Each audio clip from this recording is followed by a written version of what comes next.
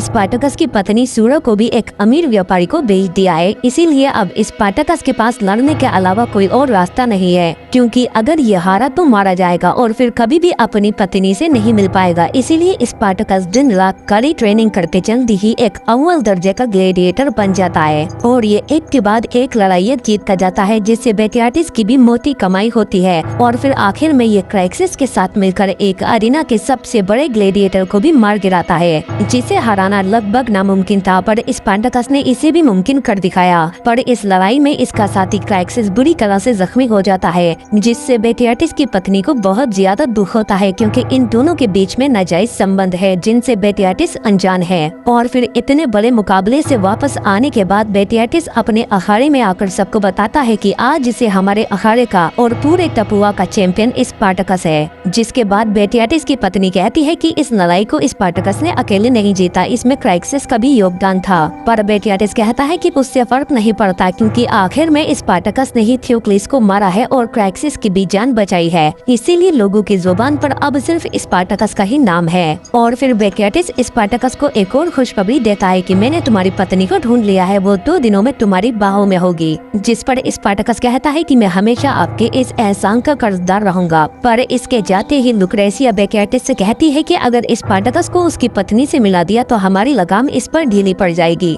पर बेटियाटिस कहता है कि ऐसा कुछ नहीं होगा, बल्कि उल्टा इससे स्पार्टकस मेरा और ज्यादा कर्जदार हो जाएगा। और इधर हम देखते हैं कि चैंपियन बनने के बाद स्पार्टकस को अब उसका एक अलग कमरा भी दिया जाता है। और फिर इधर अखाड़े में हम नमरे असुर को देखते हैं, जिससे एंटोनियो नाम का ग्लैडिएटर अपने सिक्के मांगने लगता है, क्योंकि इसने लड़ाई में स्पार्टकस पर दाव लगाया था। पर असुर इसे सिक्के देने में आनाकानी करता है, जिस पर एंटोनियो इसे मारकर जबरदस्ती इससे सिक्के ले लेता है। और इसके जाने के बाद एंटोनियो अपने साथी से कहता है कि जल्दी ही हमारे पास इतने सिक्के हो जाएंगे कि हम बेटियाटिस से अपनी आजादी खरीद कर यहाँ से आजाद हो जाएंगे। पर एंटोनियो का साथी कहता है कि क्या तुमने ओबिडियस के बच्चे को भी मार दिया? जिस पर एंटोनियो कहता है कि नहीं, वो बच्चा अपने रिश्तेदार के पास सुरक्षित है। पर असुर इनकी ये सारी बातें छिपकर सुन लेता है। जबकि इधर स्पार्टकस अपने सबसे जिगरी दोस्त वारू से कहता है कि जल्दी ही मेरी पत्नी मेरे पास आ जाएगी और उसी वक्त मैं सिपाहियों पर हमला करके उन्हें मार दूंगा। वो लोग सूरा को बग्घी से लाएंगे और उसी घोड़े से हम यहाँ से भाग जाएंगे।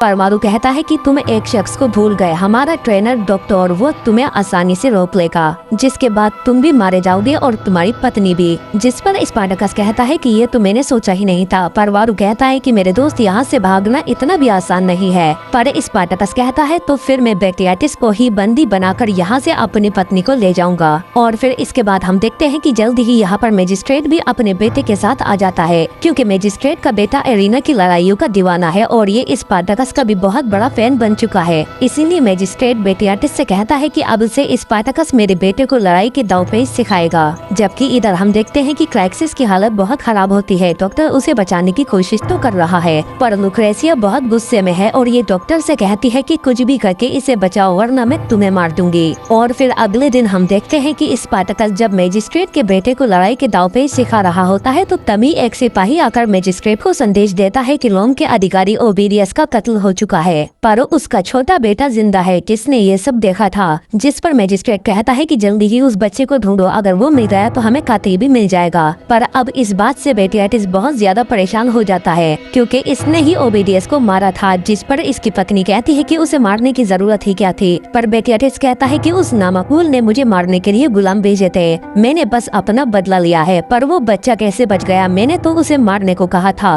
और अब हमें पता चलता है कि मैजिस्ट्रेट को उस बच्चे की खबर आसुर ने ही दी थी एंटोनियो से बदला लेने के लिए। और फिर हम देखते हैं कि आसुर बेटियाटिस के पास आकर उसे एंटोनियो के खिलाफ भड़काने लगता है और कहता है कि आपने उस बच्चे को मारने का आदेश दिया था, पर एंटोनियो ने उसे नहीं मारा। जिस पर बेटियाटिस कहता है कि एंटोनियो को मेरे पास लाओ। और जब एंटोनियो यहाँ पर आता है तो बेटियाटिस इनसे पूछता है कि वो बच्चा कहाँ है। जिस पर एंटोनियो बताता है कि आपके कहने पर मैंने उसे मार दिया था। जिस पर आसुर कहता है कि ये झूठ बोल रहा है, मैंने खुद अपने कानों से सुना था। इससे पहले एंटोनियो कुछ बता पाता तभी आसुर इस पर हमला कर देता है, जिसके बचाव में जब एंटोनियो हमला करता है तो बेटियाटिस को लगता है कि एंटोनियो यहाँ से भागने की कोशिश कर रहा है। इसीलिए सिपाही चारों तरफ से इसे घेर लेते हैं और इसे बुरी तरह से जख्मी कर देते हैं। पर ग्लैडिएटर बहुत मजबूत होते हैं, इसीलिए ये इतना जख्मी होने के बावजूद भी आसानी से नहीं मरता। तभी बेटियाटिस आकर इसका गला काट कर इसे मार देता है कि अब से तुम आजाद हो। ये सब देखने के बाद लुक्रेसिया अपनी गुलाम नीविया से कहती है कि यहाँ जो कुछ भी हुआ है बाकी ग्लेडिएटर को बिल्कुल भी पता न चल पाए।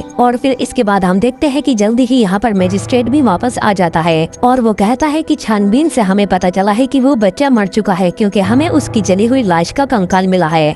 इसका मतलब है कि किसी ने मुझे गुमराह करने की कोशिश की है, जल्द ही उस गद्दार का पता लगाओ। इसके जाने के बाद बेटियाटिस अपनी पत्नी से कहता है कि इसका मतलब एंटोनियो झूठ नहीं बोल रहा था, लेकिन उसने फिर भी यहाँ से भागने का ख्वाब देखा, जो अपने आप में ही एक गुनाह है और उसे अपने गुनाह की सजा मिल चुकी है। और फिर अगले दिन हम देखते हैं कि स्पार्टकस बहुत खुश है, क्योंकि जल्दी ही एक घोड़े गाड़ी में स्पार्टकस की पत्नी आ जाती है। स्पार्टकस बेटियाटिस को बंदी बनाने के लिए जैसे ही बढ़ता है तो तभी डॉक्टर भी यहाँ पर आ जाता है, पर तभी सिपाही को जख्मी देखकर स्पार्टकस रुक जाता है और सिपाही बताता है कि रास्ते में हम पर हमला हुआ है। स्पार्टकस फौरन अपनी पत्नी को जाकर देखता है, पर वो खून में लथपथ होती है और फिर जल्दी ही ये स्पार्टकस की बाहों में अपना दम तोड़ देती है। और फिर जब बेटियाटिस अपनी पत्नी के पास आता है तो लुक्रेसिया समझ जाती है कि स्पार्टकस की पत्नी को बेटियाटिस ने ही मरवाया है। और फिर इसके बाद हम देखते हैं कि स्पार्टकस पूरी रात अपनी पत्नी की याद में बैठा रहता है और फिर अगली सुबह ये पूरे तौर तरीकों के साथ अपनी पत्नी सूरा का अंतिम संस्कार कर देता है। और फिर इसके बाद जब बेटियाटिस इसके पास आता है तो वो इससे कहता है कि अगर मुझे पता होता तो मैं सूरा की सुरक्षा डबल करवा देता, जिस पर स्पार्टकस कहता है कि इसमें आपकी कोई गलती नहीं है, आपने अपना वादा निभाया है। जिस पर बेटियाटिस कहता है तो अब तुम अपने अतीत को छोड़कर अपने भविष्य पर फोकस करो। और फिर हम देखते हैं कि यहाँ से आने के बाद बेटियाटिस उस घोड़े वाले को भी पैसे देकर यहाँ से भेज देता है, क्योंकि बेटियाटिस के कहने पर इसने ही सूरा को मारा था। और इसके जाने के बाद बेटियाटिस अपनी पत्नी से कहता है, देखा स्पार्टकस को खरीदना मेरे लिए कितना फायदेमंद रहा, उसने मुझे काफी अमीर कर दिया है, लेकिन अगर उसकी पत्नी उसे मिल जाती तो वो अपने रास्ते से भटक जाता। जबकि इधर डॉक्टर देखता है कि क्लैक्सिस को भी अब होश आ चुका है और जब ये बाहर आता है तो इसे पेट्रियस बताता है कि कुछ तो गड़बड़ जरूर है, क्योंकि जाने से पहले एंटोनियो बहुत खुश था और अब ये लोग कह रहे हैं कि एंटोनियो यहाँ से भाग गया, लेकिन वो मेरे बिना कहीं नहीं जा सकता। और फिर डॉक्टर के जाने के बाद एक दूसरा ग्लेडिएटर इसके कमरे में आकर इसके साथ बुरा सलूक करने लगता है। और फिर अब ये सुबह हम देखते हैं कि बेटियाटिस अपनी पत्नी के साथ क्लैक्सिस के पास आता है और इससे कहता है कि जल्दी ही ठीक हो जाओ, तुम्हारी जरूरत है। और इसके जाने के बाद लुक्रेसिया क्लैक्सिस से कहती है कि किसी भी चीज की फिक्र मत करो, बस मेरे लिए जल्दी ठीक हो जाओ और जब तक तुम्हारी देखभाल नीविया करेगी। और इधर अखाड़े में जब पेट्रियस स्पार्टकस के पास आता है तो स्पार्टकस उस जख्मी देखकर परेशान हो जाता है। तभी डॉक्टर स्पार्टकस से कहता है कि आज तुम मेरे साथ लड़ोगे। और फिर हम देखते हैं कि चैंपियन होने के नाते डॉक्टर स्पार्टकस को बहुत कड़ी ट्रेनिंग कराता है। स्पार्टकस इसे हराने की पूरी कोशिश करता है, पर ये डॉक्टर को आसानी से नहीं हरा पाता। और फिर इसके बाद हम देखते हैं कि यहाँ पर वारू की पत्नी अपने बच्चे के साथ उससे मिलने के लिए आती है। वारू अपनी पत्नी और बच्चे से मिलकर बहुत खुश होता है और इनसे कहता है कि मैं जल्दी ही आजाद होकर तुम्हारे पास आ जाऊंगा, बस मुझे कुछ लड़ाइयाँ और जीतनी है। और फिर इसके बाद शाम को बेटियाटिस स्पार्टकस को अपने पास बुलाता है और इससे कहता है कि जल्दी ही एरिना में मुकाबले होने वाले हैं, जिस पर स्पार्टकस कहता है कि इस बार मुझे सबसे खतरनाक मुकाबले में उतारो, क्योंकि स्पार्टकस पर बदले का जुनून सवार है। जबकि इधर नीविया क्लैक्सिस की देखभाल कर रही होती है, क्योंकि नीविया और क्लैक्सिस एक दूसरे से प्यार करते हैं। और इधर स्पार्टकस देखता है कि पेट्रियस की हालत दिन ब दिन खराब होती जा रही है, क्योंकि दूसरा ग्लेडिएटर इसे बहुत बुरी तरह से मारता है, पर ये स्पार्टकस को कुछ नहीं बताता। जबकि इधर लुक्रेसिया और लिथिया एक दूसरे से अगले मुकाबले के बारे में बातें कर रही होती है, पर तभी इधर स्पार्टकस देखता है कि पेट्रियस ने फांसी लगाकर खुद को मार लिया है। और तभी स्पार्टकस समझ जाता है कि ये किसने किया है, इसीलिए गुस्से में स्पार्टकस उस ग्लेडिएटर के पास जाकर उसे बुरी तरह से मारने के बाद खाई से नीचे फेंककर उसे मार देता है। और जब ये बात बेटियाटिस को पता चलती है तो वो स्पार्टकस को बंदी बनाकर उसे सजा देने लगता है कि तुमने मेरे एक बेहतरीन ग्लेडिएटर को मार दिया। जबकि इधर डॉक्टर नेविया से आकर पूछता है कि मुझे एंटोनियो के बारे में बताओ, उसके साथ क्या हुआ। जिस पर नेविया कहती है कि इस मसले से दूर रहो, क्योंकि अगर मैंने तुम्हें कुछ भी बताया तो हम दोनों की जान चली जाएगी। और फिर अगले दिन हम देखते हैं कि बेटियाटिस स्पार्टकस के पास आता है और उससे कहता है कि अगले मुकाबले के लिए तैयार हो जाओ और याद रहे कि आगे से ऐसी गुस्ताखी दोबारा न होने पाए। और फिर हम देखते हैं कि जल्दी ही एरिना में मुकाबला शुरू हो जाता है और फिर बेटियाटिस यहाँ मौजूद सभी लोगों को बताता है कि आज के मुकाबले में सुनोनियस की तरफ से 5 ग्लैडिएटर लड़ेंगे